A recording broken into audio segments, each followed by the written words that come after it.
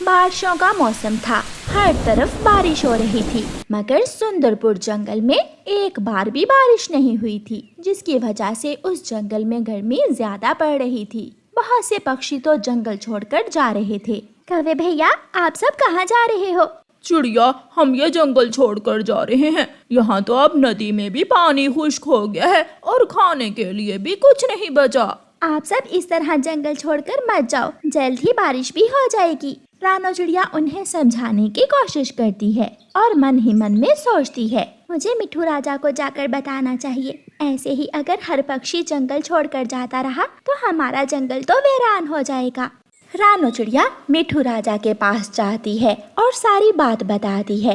राजा जी, अगर ऐसे ही चलता रहा तो हमारा जंगल तो वीरान हो जाएगा। तुम ठीक कह रही हो, अब मुझे ही कुछ करना होगा। मिठू महाराज अपने सैनिक उल्लू को बुलाता है। उल्लू, जरा पता लगाओ, हर जंगल में बारिश हो रही है, आखिर हमारे ही जंगल में बारिश क्यों नहीं हो रही? तुम अभी बादल के पास जाओ। जो हुक्म राजा जी, मैं अभी जाता हूँ। उल्लू 2 सिपाहियों के साथ बादल के पास जाता है। अरे बादल भाई, हमारे जंगल में बारिश क्यों नहीं बरसा रहे हो? आते हो और हर एक का दिल ललचा कर चले जाते हो। हर पक्षी बारिश का आनंद लेने के लिए बेचैन है। नहीं, ऐसा नहीं है, हर पक्षी नहीं। क्या मतलब? हम बारिश बरसाने के लिए बिल्कुल तैयार हैं, मगर एक बूढ़े कबूतर का घर बहुत कमजोर है। जब भी हम बारिश बरसाने लगते हैं तो वो प्रार्थना करता है कि बारिश ना हो ताकि उसका घर बच जाए। जब तक वो ठीक नहीं हो जाता हम बारिश नहीं बरसाएंगे। अच्छा, तो ये बात है, मैं अभी जाकर राजा जी को बताता हूँ। उल्लू मिठू महाराजा के पास वापस आता है और सारी बात बताता है। हमें अभी कबूतर के घर जाना होगा, ना जाने वो बेचारा किस हाल में होगा। मिठू महाराजा अपने सिपाहियों के साथ कबूतर के घर जाता है। कबूतर, क्या हुआ है आपको? मैं माफी चाहता हूँ, मुझे नहीं मालूम था कि आप बीमार हैं। जंगल का राजा होने के नाते मुझे सब पक्षियों की खबर रखनी चाहिए थी। राजा जी, इसमें आपकी कोई गलती नहीं है। शायद अब मेरा जाने का समय आ गया है। कबूतर चाचा, आप ऐसी बातें ना करें, आप बहुत जल्द ठीक हो जाएंगे। हमें माफ कर दें, हमें आपकी खबर लेनी चाहिए थी। उल्लू, जाओ और जल्दी से बुलबुल डॉक्टर को बुला कर लाओ। उल्लू सिपाही बुलबुल को बुला लाता है।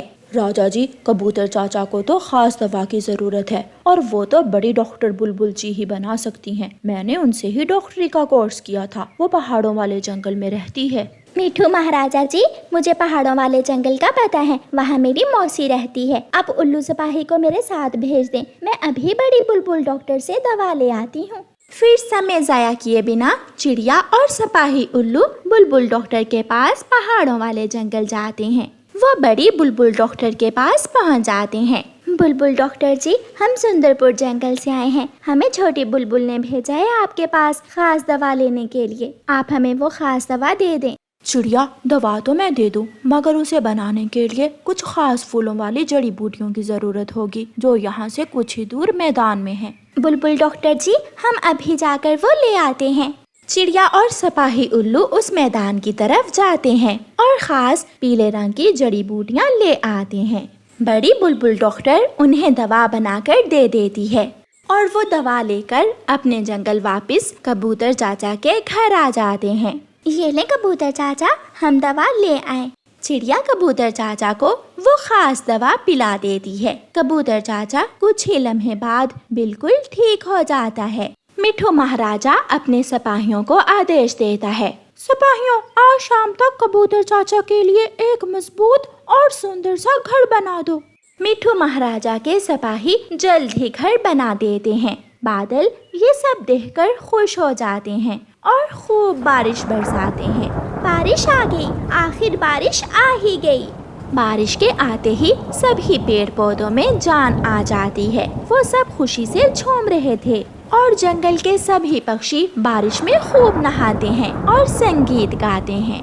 बढ़ती हुई ठंड के कारण पक्षियों का अपने घरों को गर्म रखना बहुत जरूरी था। चिड़िया और उसकी बेटी गुड़िया घने जंगल से सूखी लकड़ियाँ इकट्ठी कर रही थी। मम्मा चिड़िया अपने कुल्हाड़े से लकड़ियाँ काटती और उसकी बेटी गुड़िया वो कटी हुई लकड़ियाँ इकट्ठी करके गठरी बना रही थी। मम्मा, जब आप छोटी थी तो आप भी अपनी मम्मा के साथ ऐसे ही लकड़ियाँ लेने आया करती थी। हाँ बेटी, जैसे मैंने ये सब अपनी मम्मा से सीखा है, ऐसे ही आपको अब ये सारे काम मुझसे सीखने होंगे। कालू के बच्चे, उठो और जंगल से सूखी लकड़ियाँ ले आओ। ऐसा ना हो कि जंगल से सूखी लकड़ियाँ ही खत्म हो जाएं। काम काम काम, जब देखो कोई ना कोई काम। तुम तो मुझे आराम भी नहीं करने देती हो। ऐसी ठंड में हम दोनों ही मरेंगे अगर सूखी लकड़ियाँ इकट्ठी ना की तो। वो चिड़िया हर रोज अपनी बेटी को साथ लेकर लकड़ियाँ लेने जाती है।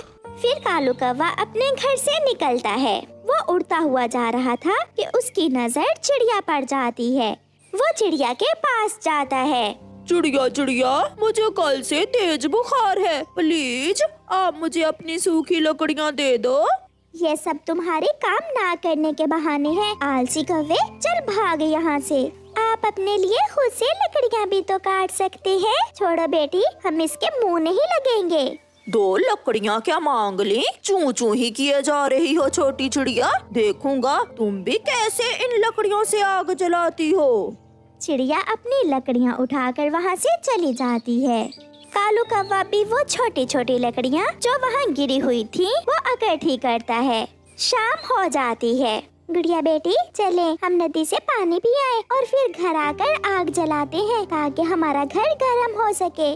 मम्मा और उसकी बेटी नदी पर जाती हैं। आज तो शाम होते ही आसमान से हल्की हल्की बर्फ रुई की मानित गिर रही थी। छुपा हुआ कालू कौवा चिड़िया और उसकी बेटी को जाता हुआ देखकर चिड़िया के घर में घुस जाता है और उनकी सूखी लकड़ियों पर पानी गिरा देता है। बहुत चू चू करती थी वो चिड़िया। अब मैं देखता हूँ वो कैसे इन गीली लकड़ियों से आग जलाएगी। कौवा वहाँ से भाग जाता है। अपने घर में आग जलाकर कौवा और कौवी बैठे हुए थे। गोरी गोरी, मैंने भी उस चिड़िया की सारी ही लकड़ियाँ गीली कर दी।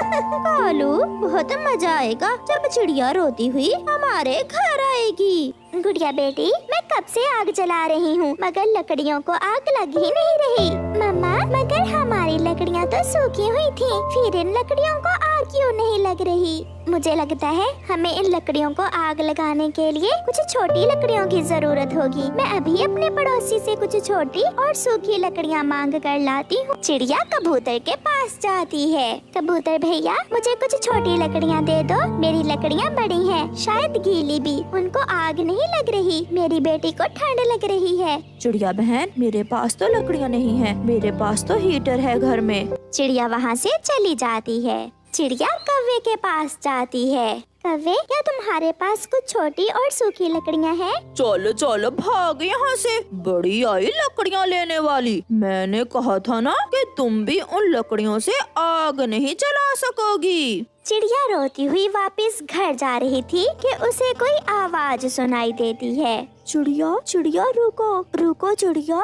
चिड़िया रुक जाती है। मैं जंगल की परी हूँ, ये सब उस दुष्ट कौवे ने किया है। उसी ने तुम्हारी सूखी हुई लकड़ियों पर पानी गिराया है ताकि तुम ठंड से मर जाओ। जंगल की अच्छी परी, वो मेरा पड़ोसी हमेशा मुझे तंग करता है। जो किसी का बुरा चाहे हमेशा उसका अपना ही बुरा होता है। आप ये हीटर ले जाओ, ये जादुई हीटर है। इस हीटर से तुम्हारा घर मिनटों में गर्म हो जाएगा। ये सुनकर चिड़िया बहुत खुश होती है और वो जादुई हीटर लेकर अपने घर चली जाती है। अब उनका घर अच्छे से गर्म हो चुका था। मम्मा, अब तो हमें लकड़ियाँ भी इकट्ठी नहीं करना पड़ेंगी। ये जादुई हीटर तो कमाल का है। हाँ बेटी, उस कौवे ने हमारा बुरा चाहा मगर ऊपर वाले ने हमारी मदद की। फिर वो माँ बेटी अपने गर्म घर में मीठी नींद सो जाती हैं। सुनाओ सुनाओ चिड़िया, रात कैसे गुजरी? मजा आया हम कौवों से उलझने का। तुम्हारी लकड़ियों पर पानी मैंने ही गिराया था। मेरा घर पहले से ज्यादा गर्म था क्योंकि मुझे जंगल की परी ने रात को एक जादुई हीटर दे दिया था। वो हीटर मिनटों में घर को गर्म करता है। चिड़िया वहाँ से चली जाती है और कौवे एक दूसरे का मुंह देखते रह जाते हैं। कालू, हमने तो इसका बुरा चाहा था मगर अब तो इसे लकड़ियाँ भी इकट्ठी करने की जरूरत नहीं है। लूंगा आज रात जंगल की परी से मैं भी जादुई हीटर लूंगा। फिर रात होते ही कालू कौवा अपने घर मौजूद लकड़ियों पर खुद ही पानी गिरा देता है। कालू, ऐसा ना हो कि वो जंगल की परी हमें जादुई हीटर दे ही ना और हम ठंड से मर जाएं। देगी, जरूर देगी। फिर कालू कौवा अपने घर से निकलता है। वो थोड़ी दूर जाकर एक पेड़ के पास बैठकर रोने लग जाता है।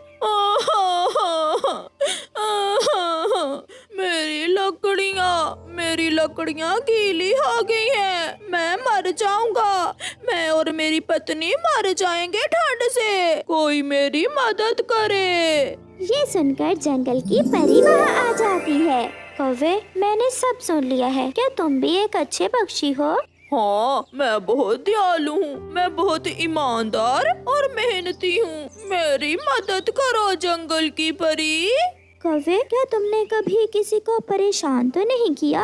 ना ना, माँ ने कहा था कि कभी किसी को तंग ना करना बेटा। तो फिर ये लो, ये हीटर जादुई है। ये तुम्हें तुम्हारे कर्मों का बदला देगा। कौवा बहुत खुश होता है और खुशी खुशी वो जादुई हीटर लेकर वहाँ से चला जाता है। गोरी, ले आया। मैं भी जंगल की परी से जादुई हीटर ले आया। मैं ऐसे रोया,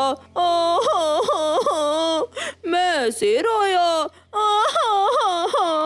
मैंने अच्छे से नाटक किया और उस परी ने मुझे भी ये जादुई हीटर दे दिया। कालू जी, अब जल्दी से इसे चलाओ। फिर कालू उस हीटर के बटन को ऑन करता है, मगर उस हीटर में से तो ठंडी हवा आने लगती है। ये क्या गोरी, ये हीटर तो ठंडी हवा दे रहा है।